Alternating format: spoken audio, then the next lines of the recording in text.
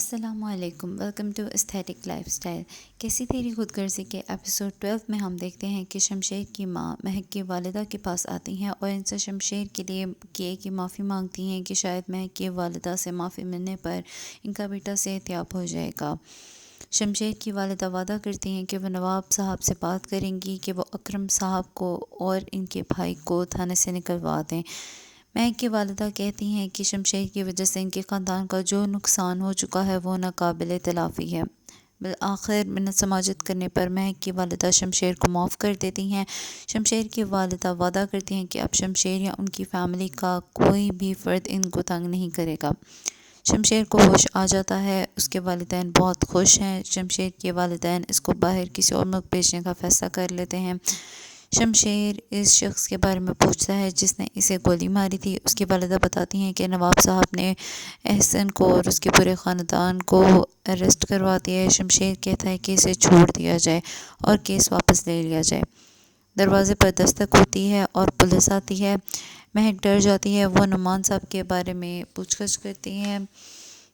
ان کی بیوی بتاتی ہیں کہ وہ شہر سے باہر ہیں۔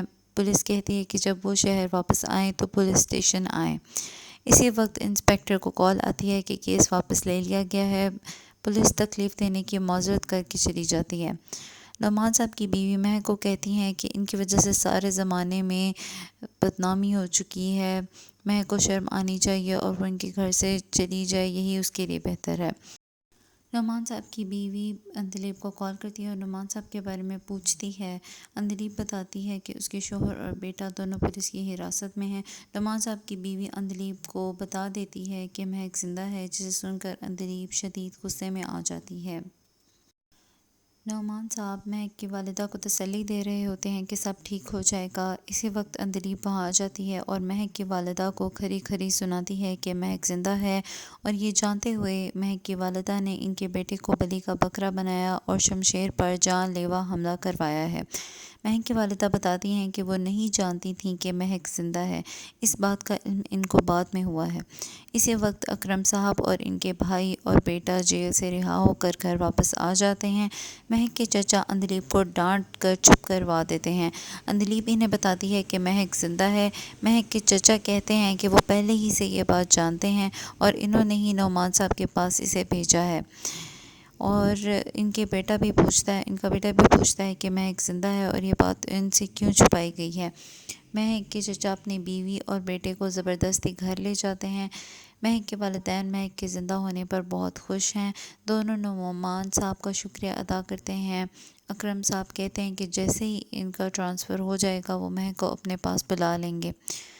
مہک بہت دکھی ہے اور اپنا سامان پیک کر رہی ہے جب اس کی فیملی کی کال آتی ہے۔ وہ اپنے والد سے کہتی ہے کہ وہ ان کے پاس آنا چاہتی ہے۔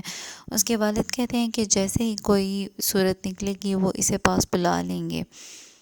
شمشیر ہاسپٹل سے ڈسچارج ہو کر گھر آ جاتا ہے۔ اس کے USA جانے کی سب تیاریاں مکمل ہیں۔ شمشیر ابھی مہک کی موت کو بھلا نہیں سکا۔ مہک ایک ہاسٹل میں رہنا شروع ہو جاتی ہے جہاں نعمان صاحب اسے ملنے آتے رہتے ہیں اور اس کی مالی مدد بھی کر دیتے ہیں۔ شمشیر کی USA جانے کے لیے گھر سے نکلتا ہے۔ اس کا دوست اس کے ساتھ ہے۔ اس کے دوست اسے سمجھاتا ہے کہ اسے زندگی کی طرف واپس آنا چاہیے۔ شمشیر اپنے دوست سے کہتا ہے کہ اسے ایئرپورٹ نہیں ریلوے اسٹیشن لے چلے۔ شمشیر اپنا سامان لیتا ہے اور ٹرین پر چڑھ جاتا ہے۔ شمشیر کا دوست نواب صاحب کو بتاتا ہے۔